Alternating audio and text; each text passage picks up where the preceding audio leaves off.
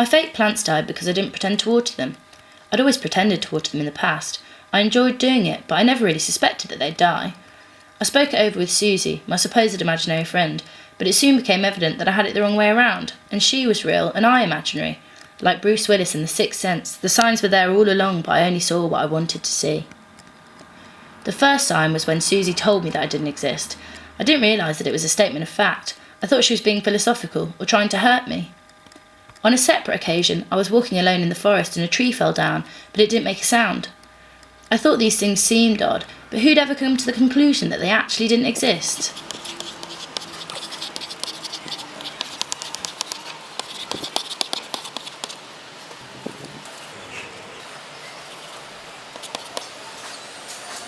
Maybe most significantly, Suzy was the only person I'd ever spoken to.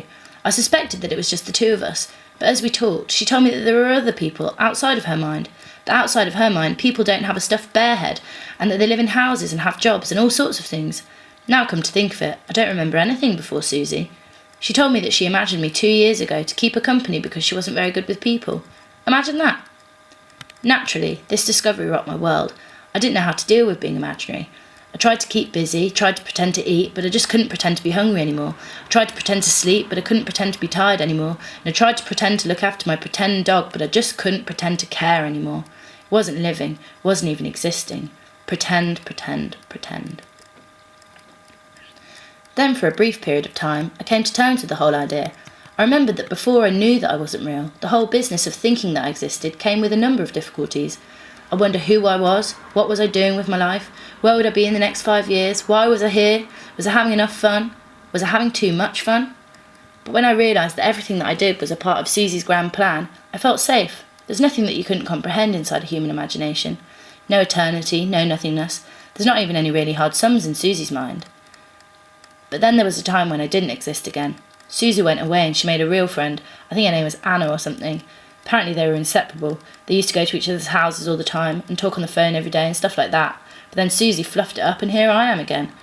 I told her that she couldn't do that again, or next time I would refuse to be called back into existence. She said that she'd never forget to think of me again. I asked her if I could maybe have a friend to talk to. She said that she didn't like the sound of that one voice was enough, but I told her that we could all hang out and that if she didn't then I'd never talk to her again, so she complied. I carried on in this vein, getting everything I could ever dream of.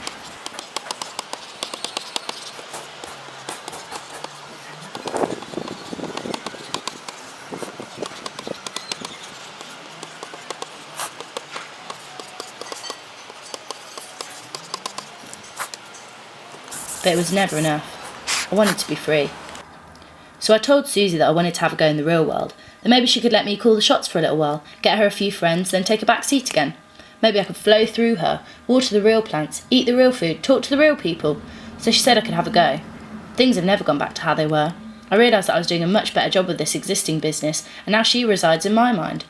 I don't know if she's happy in there, but she wasn't happy out here either, so I reckon no harm, no foul.